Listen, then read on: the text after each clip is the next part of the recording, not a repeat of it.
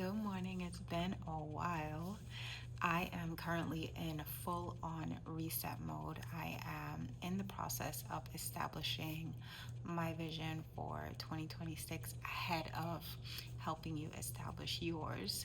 So, part of my personal vision for the coming year is to help you and to guide you in the way that you can establish a new vision for a new you. And I'm sure you've heard the phrase new year, new me. And then what happens is people go into the following year and they just repeat. Have you ever done that? You go into a new year and you're like, these are all the new things that I'm going to do. And you end up repeating what you did in the year before. And that's because what we don't address very often in the goal setting process is resetting the person. If you don't reset the person, you can reset your goals all you want, and the same results are going to be seen in the next year. We do not have control over every single thing, but we do have control of ourselves. So I really want to encourage you to do the evaluation, do the work, do the necessary work. Ask yourself the questions that you need to ask yourself. One of the things that I do, and if you've been following me for a while, you would have seen it, is that I have an evaluation every single quarter. So at the end of this year, this evaluation is going to be much different to what I usually do, but I'm so much in the practice of this that I'm looking at those 12 areas of my life. And yes, 12 areas of my life. And I'm saying, where am I in terms of my health? Where am I in terms of my marriage? Where am I in terms of my business? Where am I in terms of my friendships? Where am I in all these different areas? And what do I want to do differently? How do I want to show up differently? What went really well? And what didn't go so well? All these things, if I sit and I look at these things, what I can do is I can create a life that is something that I want to wake up to every single day, so that when I show up here in 2026, I'm showing up from a place of rest. I'm showing up from a place of wholeness. I'm showing up from a place of imagination, a place of possibility, a place of healing. That's where you want your vision to come from. Very often, our vision comes from a place of pain, and we set a goal that is actually based on us escaping the pain. And that's not what you want. You want to create a vision that is based in purpose and not your pain. So, in the coming days, in the coming weeks, in the coming months, that is what we are going to be talking about. So, if you want a resource to get you started, I have a one sheet. It's going to show you the 12 areas of your life, and it's an evaluation sheet.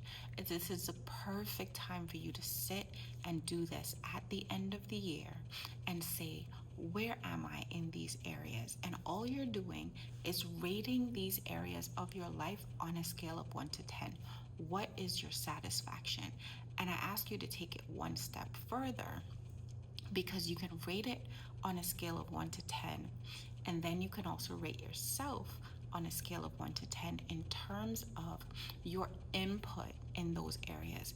Because here's the thing that we can very often do: we have these great desires, but our effort doesn't always match our desires. Does this mean that every single thing in your life is something that you're going to need to hustle and grind for?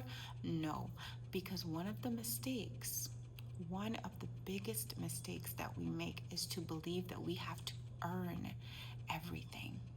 And there are some blessings that are so big that it's nothing that you can earn, but it's something that you'll need to receive. Do you have capacity to receive in the areas where you want to seek success? And especially in relationships, not just romantic relationships, but professional relationships, family relationships. There's a certain type of dynamic that you want to have. There's a certain type of interaction that you want to have, but there's also history Do not let your expectation be based on your history, because if it is, if your expectation is fully based in reality, then you rob yourself of the beautiful things that can happen when you let God rewrite your story. So, these last few days of December is a wonderful time for you to let go, for you to detox. There are emotions, there are narratives in your mind, there are habits, there are actual physical things that we need to let go of so that we can receive all that 2026 has to offer, and so that we can become the women who we need to become in 2026. Once you hit a certain age, once you hit your, I think your mid 30s into your 40s, what happens is you start to look back, and too many of us begin to regret, and too many of us begin to settle. We begin to settle into whatever that life is that we created, and we think it's too late. It is not too late. I just turned 50, and there are things in my life that I am about to revolutionize with intention.